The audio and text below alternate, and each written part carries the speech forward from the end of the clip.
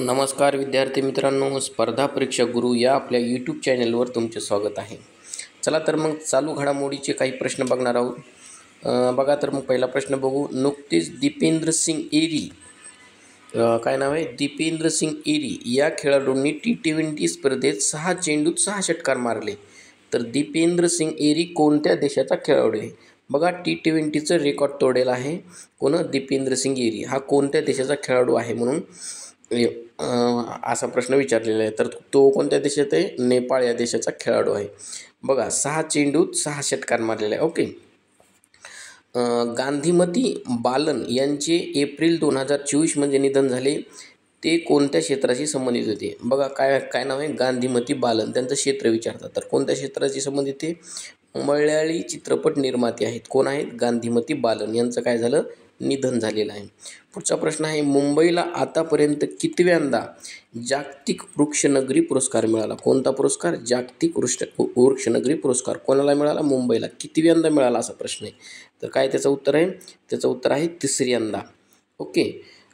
पुढचा प्रश्न बघू. बघा, पुढचा प्रश्न आहे.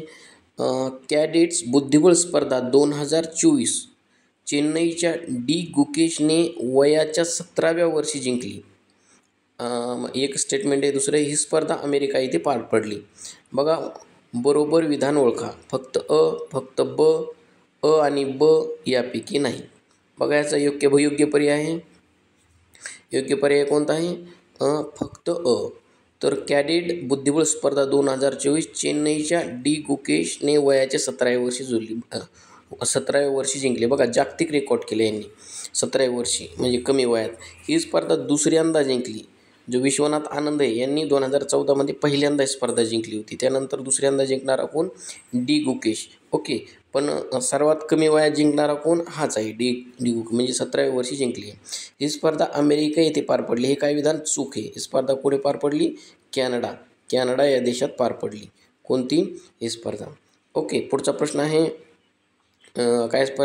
प्रश्न आहे पुढचा. पहिले भारतीय अवकाश पर्यटक कोण आहेत?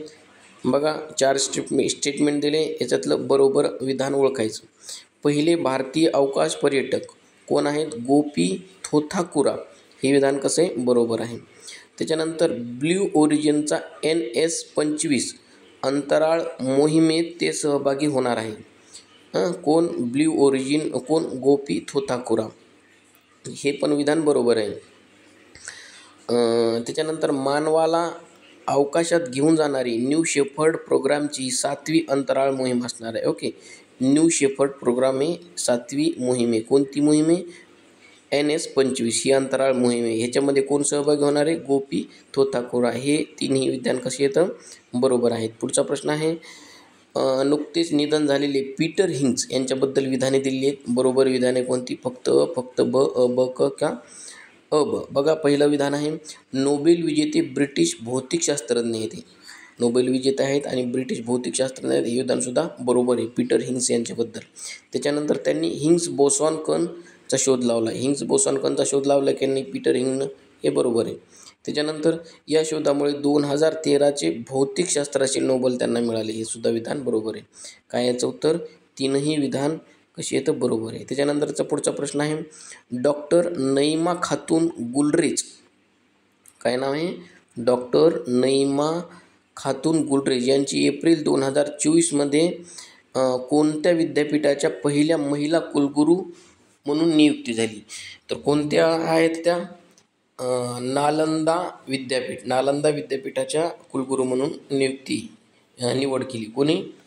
राष्ट्रपतींनी. त्या पहिल्या महिला कुलगुरू आहेत म्हणून महत्त्वाचा प्रश्न आहे. काय नाव आहे त्यांचं? नईमा खातून गुलरेज. पुढचा प्रश्न आहे. महासागर दशक परिषद 2024 बाबत विधाने ओळखा. पहिली महासागर दशक परिषद एप्रिल 2024 मध्ये जपानमध्ये पार पडली. पहिल्या महासागर दशक परिषदेत भारताचे प्रतिनिधित्व S जयशंकर यांनी केले. हे दोन्ही चुकीचे विधान निवडायचं. काय याचं? अ आणि ब, म्हणजे दोन्ही सुद्धा कशी आहेत? चुकीचे आहेत.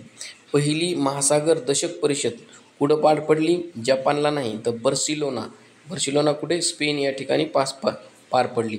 आणि भारताचे प्रतिनिधित्व कोणी केले? S जयशंकर यांनी नाही केले. तर काय? M चंद्रशेखरन यांनी केले. एम रविचंद्रन यांनी केलेली. कोणी? एम रविचंद्रन, जयशंकरनं नाही केली. ओके. 2021 ते 2030 या दरम्यान ही दशक परिषद म्हणून पार पडली. ओके. पुढचा प्रश्न आहे, काश्मीरची वॉटर क्वीन म्हणून कोणाला ओळखले जाते? कोणाला ओळखले जाते?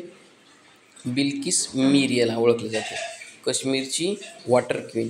त्याच्यानंतरचा पुढचा प्रश्न आहे, TSAT-A1 उपग्रहाचे प्रक्षेपण कधी करण्यात आले? बघा, TSAT-A1 हा उपग्रहाचे प्रक्षेपण झालं कधी करण्यात आले? 7 एप्रिल 2024 रोजी करण्यात आले. बघा, तुम्ही आपल्या चॅनलला जर नवीन असाल तर प्लीज सबस्क्राईब करा आणि आपलं लेक्चर आवडलं असेल तर लाईक करा, तुमच्या मित्रांना शेअर करा. ओके. भेटू पुढच्या लेक्चर, चालू घडामोडीच्या लेक्चरमध्ये लवकरच. तोपर्यंत धन्यवाद.